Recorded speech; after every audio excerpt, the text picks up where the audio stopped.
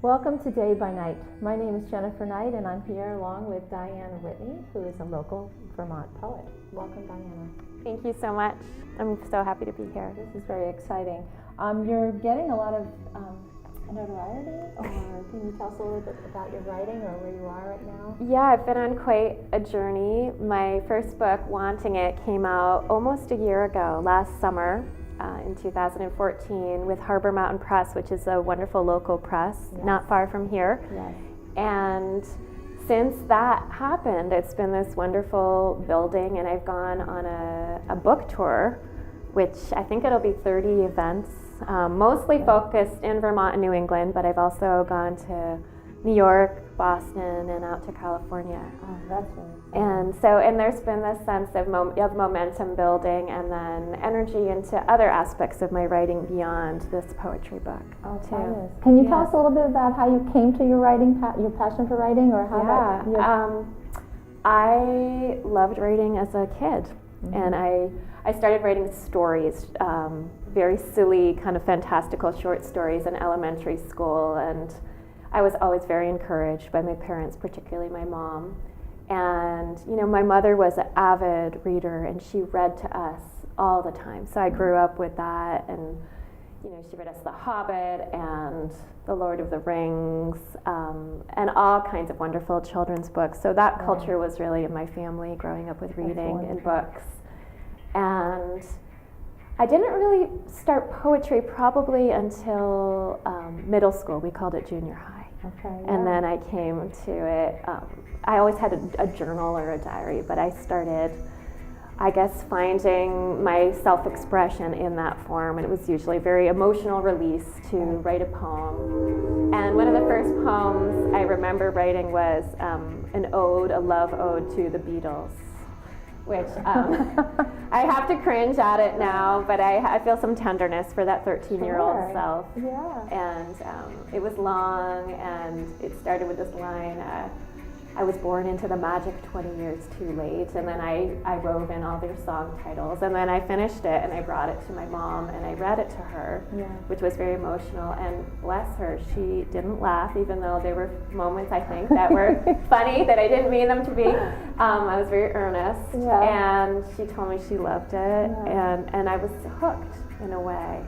And then I was really lucky in high school to have some English teachers who also really encouraged my writing. Okay. And I would bring them poems, and they would, compliment the good parts and maybe let the other parts fall away. Yeah. And so that really encouraged it. Nurtured it. It nurtured it for sure. Yeah.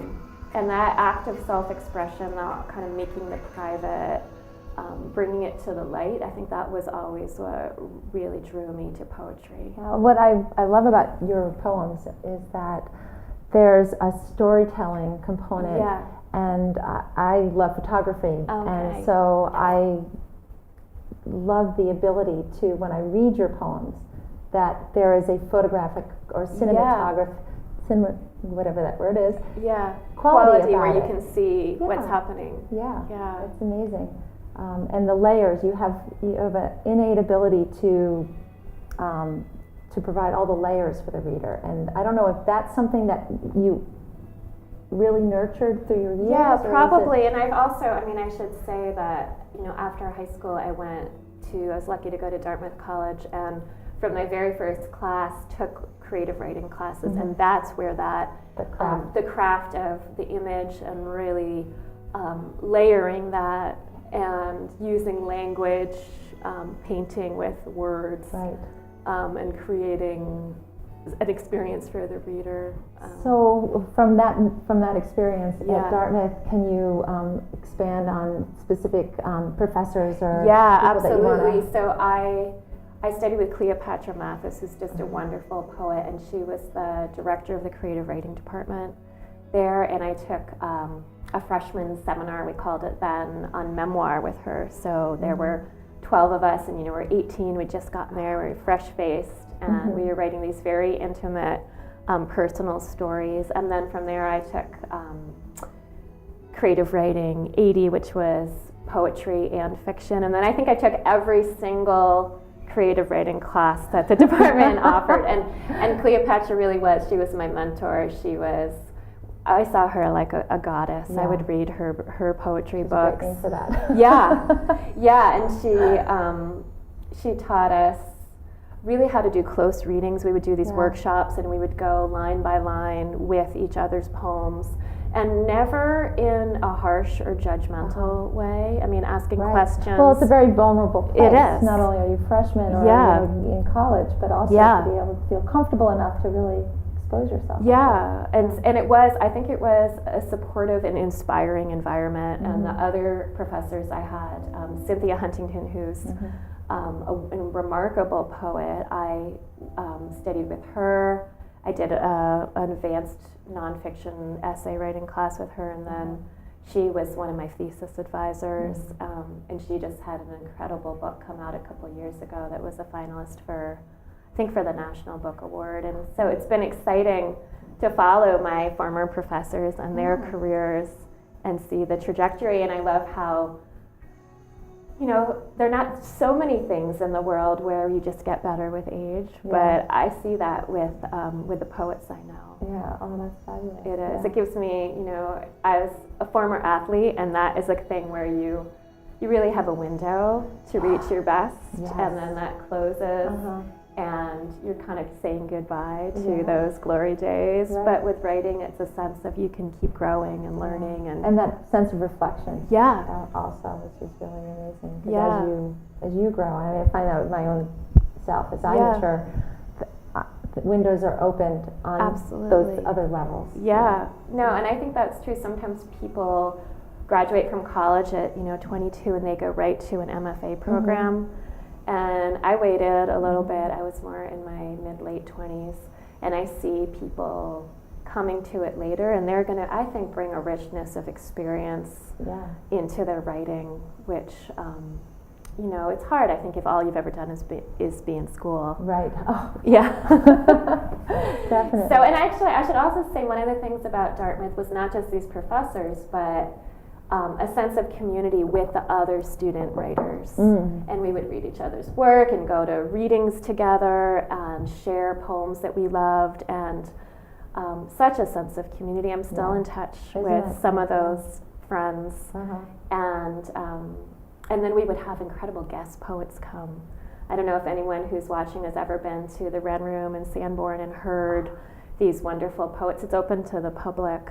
So we had Stanley Kunitz and Philip Levine, both wonderful poets who are no longer alive, but I get to hear them, and Mark Doty and Dorothy Allison, people who would come, and then they would come and talk to us in our classes. And just such a unique experience. I know. And frankly, I took it all for granted then. We did. I had no idea how lucky that we were. But now looking back. Well, that is an excellent tip. I'm going to be looking for that in the future. I think it's through the creative writing department, but it's open, and we have a wonderful reading series. Oh, that's great. That's exciting. I don't know if this might be a good time for you to maybe just do a reading. Yeah, I'd love to read a poem. Would you like to start with a summer or winter poem? What do you think? Let's try winter, and then we'll end, because we're now in summer. And winter, as we were talking before, is such a hard time for many people. For me especially. So. I struggle with, I guess you'd call it, seasonal affective disorder, and tried different things.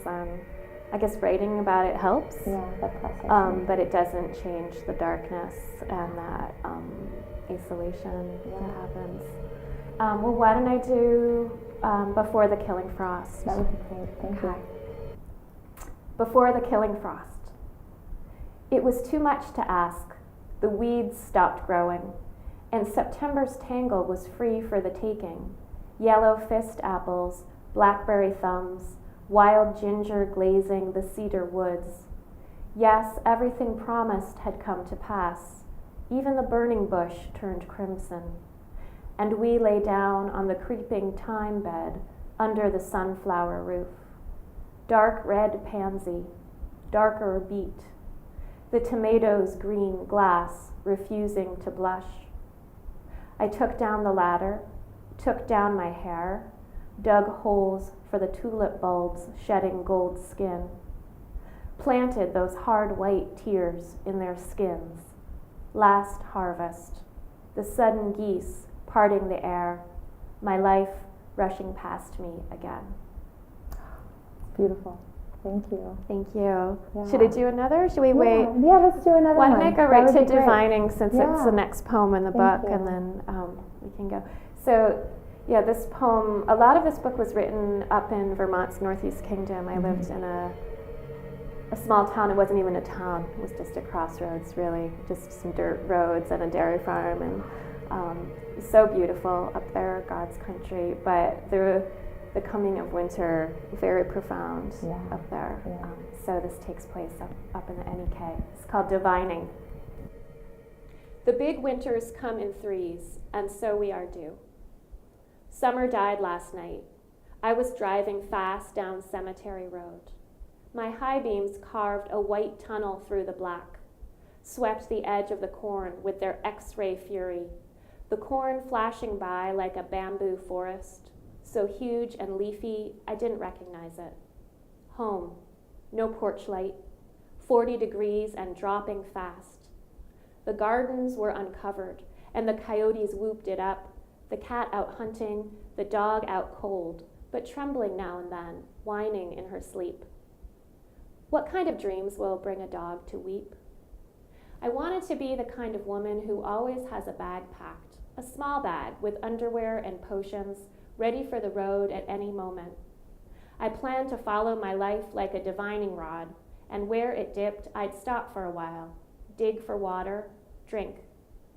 How could I know that a stick would root me here at the crossroads of dust and corn, here in the boreal forest of change, the winter coming on like a freight train roaring, pulling its rattling months of cold, and me on the dark road, parallel to the tracks, racing that engine to the river. That's beautiful. Thank you. I like reading that one. Yeah. And one thing that I wanted to mention also is I love the cadence of your poetry. Okay, yeah, like the rhythms. The rhythm. The musicality. And like when you brought in the train. Yeah. And yeah, you can like hear the train coming. And you can hear it in your words. You know, I've always loved trains. I think that's why when I saw the train here, because when I was at Dartmouth, we lived in Norwich, right along Route 5, and the train trucks go there. So my senior thesis, there were a lot of trains that appeared. And it feels, that idea of a journey, or that you're here and something's the potential. There's the potential of adventure, or you're just the observer. Watching it. It's exciting. Yeah. Because trains, they go many places. They do, and there's a chance. Could you get on? Yeah. Or could someone get off? Yeah. Actually, one of the poems, not one that I read, but it quotes a saying that there's only two stories in the world, or that all of them can be boiled down to these two main plots, which is a stranger comes to town, a man goes on a journey. So, and then in my poem I say, or it could be a woman going on a journey. Yeah. But that idea, the train kind of represents that. Stranger comes to town, a man goes on a journey. Actually, if you go and read a lot of great novels, they often will have one of those. Right, and it's the reflection of the man going on the journey and coming to town, which is to really town. interesting. It's very cyclical. Yeah, it's very exciting. And then one of my friends who's a novelist said, there's the love plot too. Right. Boy meets girl. So maybe there's three stories. I'm picturing the Northeast Kingdom. Yeah. I have yet to be. You. Yeah, so I mean, you've kind of given me a little glimpse of it. But what did you actually live in the Northeast Kingdom? Yeah, I did for over 6 years, almost 7 years. I went to Oxford after Dartmouth for 2 years, which was it was incredibly fortunate. I was actually really unhappy there. I was so homesick. Yeah. And this sort of rebel part of me, I wanted to be in San Francisco, where all my writer friends had gone, and they were doing Teach for America or Writers Corps, and struggling in the West, and I was in England, and I was lonely, and I think that's a hard time, anyways, right after college. It is. That anticlimactic. It was, and it was so academic, and some anti-Americanism, and there I was with, I was so effusive, enthusiastic, and they're very dry and ironic. So after that, it was some point after that I moved up to Craftsbury. It was kind of going as far as I could from academia. I was living very remote, small town. I worked for a ski center as a ski coach, and I did all kinds of things actually, and ended up teaching writing. But there are a lot of long vistas up there, and there's this boreal forest where there's evergreens and some trees that you just don't, lots of cedars, white cedar swamps and tamaracks, and at least where I live in southern Vermont, it's very sweet little hills and these little close landscapes, and there it's vast and so much sky. Yeah, you get the sense of a big sky. Big sky, and then beautiful just farm country, fields and fields and trails and the woods, and the air smells like cedar. It's really amazing. It was such a profound time. I guess I feel like there are certain places where you kind of fall in love with the actual landscape, and that was one of them for me in my life. Yeah. And yet those winters are very harsh. Yeah, and at that time though, in my 20s, the way that my life was, I loved winter. I did cross-country ski marathons, and I had all this time where hours training, and then I'd go to these races, and then I lived with my friends, and I had time for writing. I did an MFA program while I was up there, so not to idealize it too much, but I had a relationship with winter that I can't really now. Yeah, no, I do find though too that if you get out into the winter, then it definitely helps you transcend it. Yeah, that's sort of the way of survival, is to get really intimate with it. You gotta embrace it. Yeah. Yeah. So it's interesting because those two poems are about winter, yet you were in a younger part in your life. So did you find that the writing that you did back then did you write about all the seasons back then, or did you focus on? I did. I think kind of wrote through the seasons. It seems that I'm a gardener too, so I have some gardening poems that are more summery, where I'm observing the perennials coming up, and the spring poems. And what's interesting actually about the book is the book came out last year, but a good chunk of it, maybe 2/3 of it, was written a long time ago. And what happened was I did this MFA program, which was wonderful. It was at Warren Wilson, and it was a low residency, so I lived up in northern Vermont, but I would go twice a year. And where is Warren Wilson? It's down in North Carolina, and they have a wonderful low residency program. And so I wrote these poems, and I would correspond with my mentors, my advisors in the program, and I spent so many hours just reading poetry and editing, and then, actually, if I'm going to be honest, I actually got very sick. I got a chronic pain condition in my late 20s, which, if anyone is interested in astrology, it corresponded with the Saturn returns between 28 and 30, which is a very dark time, and I had to leave the program, and I stopped writing, and eventually, after it took a couple years, and a really deep depression too that corresponded with the illness. Is that related to the swimming poem that you were going to read? No, the swimming poem was more of a childhood poem. That was probably right before. Okay. But what happened as I came out of the illness, I got married, and then actually had 2 babies quite quickly after that. And I went into what I call the baby cave. And for me, there was no poetry during that time. So there was a period of about 8 years when I really wasn't writing poetry. Right. You stepped away. I stepped away. It was, I wrote prose, I wrote these essays, I did a column, but I didn't read or write poetry. And a lot of the poems in this book were just in a folder in a desk drawer. So how nice to unveil It's amazing. And take them out. Yeah, and I didn't know if they would ever see the light, or if they would mesh with the newer poems that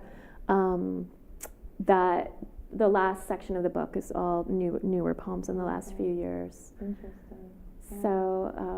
So there are that voice of the younger self. Actually, there's a lot of longing for a partner, longing for babies, in the early part of the book, and then I'm up there reading those poems, and I've already done all that. I got married, I had the babies, and now I'm writing poems more about that experience. And that was another question. Yeah. I was thinking that now that you're a mother. Yeah. And you were saying with 9 and 7-year-olds? Yep, I have 2 daughters. How has, you talked a little bit about how you came to writing. Yeah. But now as a mother, how is that influencing your writing today? It's like so many things in parenthood, a blessing and a challenge. Yeah. Many joys, many challenges. And as they're older, I'm able to write more. Yeah. And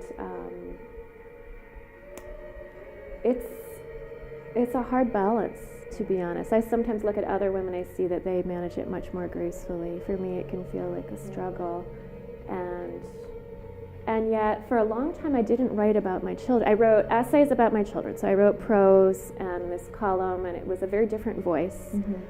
But it was often funny. Is and that the spilt milk, milk? yeah. Mm-hmm. So it's often funny, definitely personal, Mm-hmm. definitely getting into some difficult topics. Mm-hmm. I've never been the one to say, "Oh my God, this is motherhood is the fulfillment of all that I am." I've always express the challenges, even though there's no question that I love these. It's just the little pie gets bigger and life gets more complicated. It does.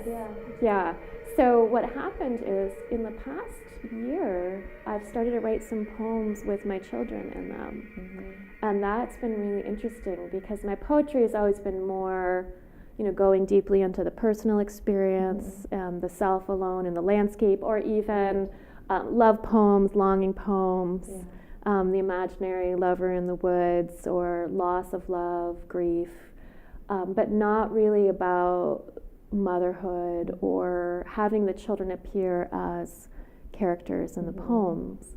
So I have my first poems out in the world like that, and it's been really interesting to see how people respond, how readers respond, and actually one of them won a prize, which was so interesting. The first poem I wrote about my children, it's called Curiosity, and it actually opens with a little scene driving 91 north, and my younger daughter asking me who made the road, who made the highway, and it's about questions. You might have to do that one's not actually in the book. Okay. It's a newer poem. Okay. But I guess winning a prize for a poem that it really was an affirmation. Like, you can be a mother, you can write about these experiences, and it's still valued in the world. Yeah. It's not just a mommy poem, Right. So that. And I think it speaks to so many people. On so many levels. So that's probably neat. It's the beauty of it. Yeah. That's very exciting. And there's another poem that was published in an online journal called Salad Days, kind of looking at that myth of, like, here we are, kids are young, and this should be the best years of our life, and acknowledging the beauty of that, but also the craziness. Like you said, things get more complicated and busy, and here we are rushing around. We all want to hold on to the moment. Hold on to it. I know. It's a blink of an eye. Yeah, so that one was kind of an ode to my family and to my husband as well, because here we are, we're householders. We're not privileged to go off and live the life of the ascetic where we just focus on either a spiritual practice or a writing or an art practice. It's like we're in the world, we're working, we're raising these kids, and we've got to carve out space for the sacred. Navigate. Carve out the space for the poetry, or whether it's their photography or whatever practices are that bring you joy. And I think today, as a society, we're becoming more and more attuned to it. And maybe 20 years ago, not so much. But I think as a society altogether, we are becoming more mindful about those things. Oh, that's a hopeful stance. I think it's really, I don't know, it's important. I guess that's true in a way. There are more writers than ever before. More poets, more people putting their work out there. The media has the way, and so it's a real form of connection and sharing. Which is exciting. Well, do you want to do one of your summer poems? Should I do the main dreams? Yeah, that would be great. I love that. The main dreams. And I'll just tell the audience that this is a longer poem in 6 parts, and I'm just going to read the first section. And it takes place way up in northern Maine on the Canadian border on a lake on a island, a little very rustic cabin where my family went every summer of my childhood. The main dreams. A fish in the hand is an electrical charge, wet life twitching for water. I couldn't kill it. A fish feels nothing like skin. I gave it to my brother and he clubbed it hard, once, twice on the top of the skull, then a glazed quiet in the bottom of our boat. It's summer, the girls are learning they're beautiful. My lazy-eyed sister, 16 and golden, my dark cousin with her bra made of string. They wear chokers of shells, white shells like teeth, and old flannel shirts unbuttoned and frayed, faded blue of the lake at dusk, faded green of the island in rain. They understand the shirts only make them more lovely. They know how the razor irritates the skin, chafe and burn at the delicate leg crease as they oil themselves and braid themselves. And on the boathouse deck they murmur and paint, the harsh smell of acetone rising from their toes. It's summer, my mother is fishing from the dock. She arcs the rod back over her head, whips the invisible line to the rock pile, and reels slowly, watching the water, her silver blue rapala swimming unfinned. Rustle of the stashed sail rolled around the mast. Rustle of the windsock, hush of the deciduous. Half the long morning we're drunk with sleep. Black tea with milk, milky tea with sugar. We stagger the cabin until the dreams disperse, so many, so vivid, like feathers or milkweed, silk floating behind our eyes. If we try to trap them, they drift away spinning. Sleep is a fish in Maine. It swims all night in the cabin's dark, in a lake made of blankets, an underground room, all of us in our deep, private drowning, before we wake and gasp, rinse off our faces, and I peel the curling scroll from the white birch and write it all down again. Beautiful. As I was listening to you read that, it really captures.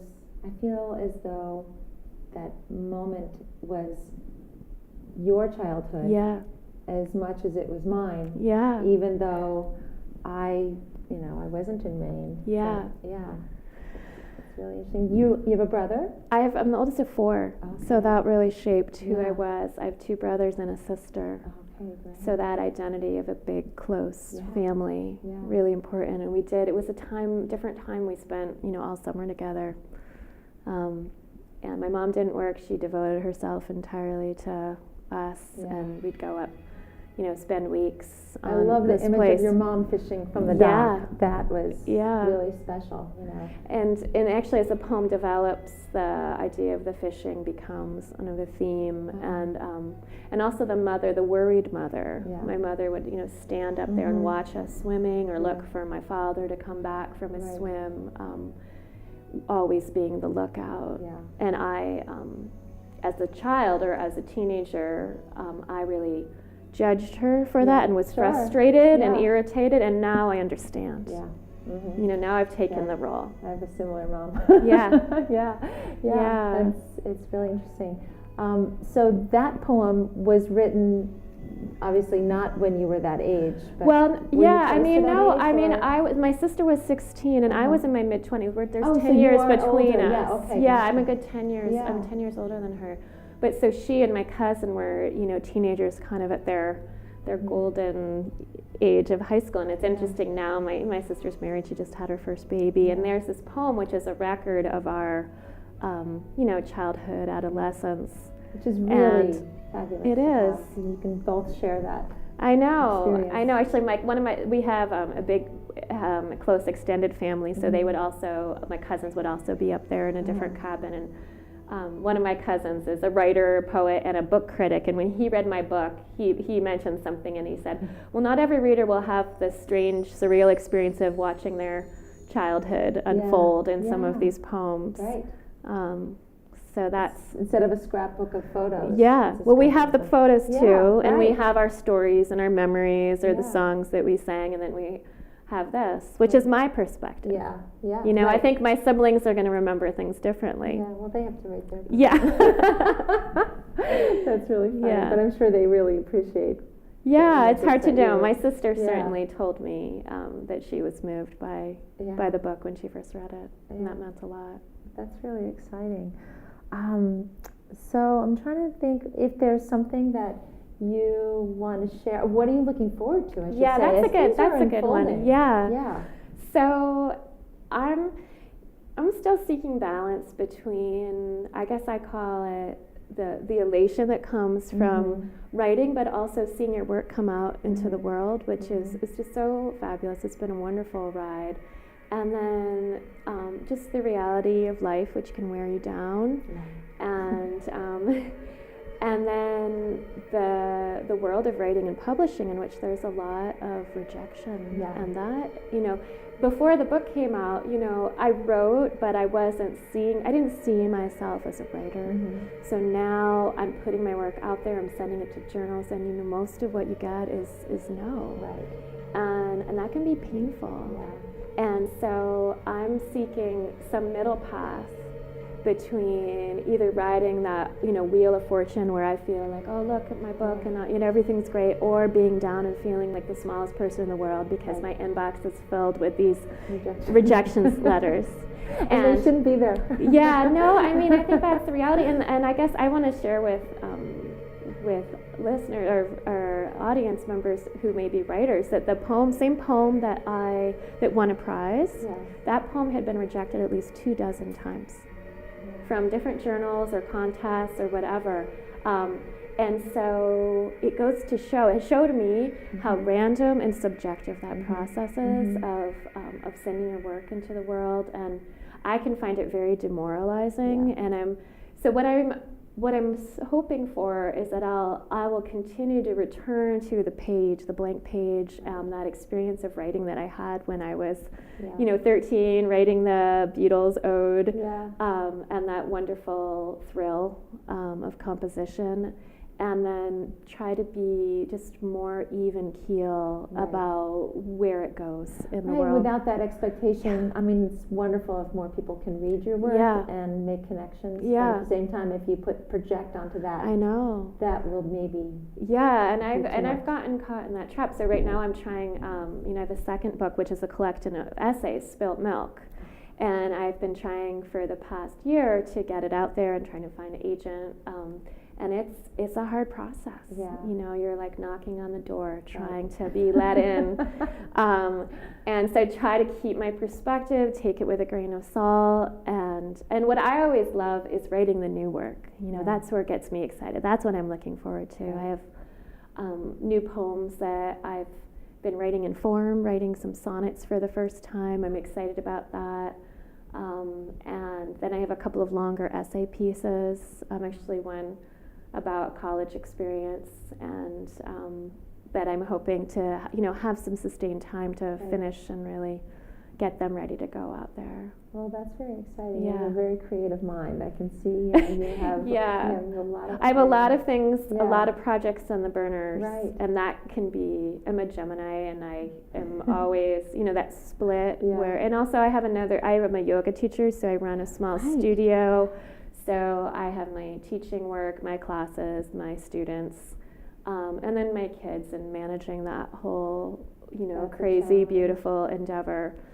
So writing can get squeezed, and that's a source of sadness. Right. So like you said, you have to really carve out that time. Yeah, and it's hard. Yeah, my kids have been out of school, and I've been fitting in my yoga teaching and, necessary work, but I haven't been writing for at least a week, and I can feel that. Does it start to... Builds up, as frustration, and I'm not such a good patient mom. Yeah. I snap, And then they know, okay, Mom. Yeah, they don't know that yet. Here's a paper. No, they're not. Maybe when they're a couple years from now, they'll know, but they don't know. Especially the younger one. You know, she just needs things. She needs attention, or she needs a snack, or. And you have to be the mom. Yeah, and that said, you know, I'm blessed because I don't have a full-time job. I mean, my yoga work is great because I can work my writing projects. Like usually during the week, I can get, you know, a chunk of a day where I'm just focused on writing. Yeah. Still, it feels never enough. You know, it always feels never enough, but I'm really lucky that way. Yeah. So my kids are going to do some day camps, and so they're going to be windows, and I have to just dive right in. Yeah, dive in, and then also have patience and trust that the time will come again. Yeah, well, that's very exciting. So, I'm looking forward to seeing more work by you. Oh, good. And I'm going to visit your blog. Yeah. Is it still up and it's running? Or I mean, on my website, which is Diana-Whitney.com. There's another Diana Whitney who's a writer, so there's a hyphen between my first and last name. I have links to all of my recent writing. So I have new essays. Most of the new ones are actually up on the Huffington Post because I kind of shifted my blog there just to reach some new readers. So my Spilt Milk blog isn't really active, but there's new essays coming up, and then links to where I'm excited. I have 5 poems coming out in the next month at the Mud Season Review, which is out of Burlington. Oh, fun. So that's really neat. Yeah. They're a great publication, and I'm thrilled to have new work come out. So people could go on my website and read some of the new poems. Well, I'm going to do that. Oh, good. Thank you so much. Thank you so much, Jenny. This has been just an absolute pleasure. It's been fun. Yeah. Thank you. Okay.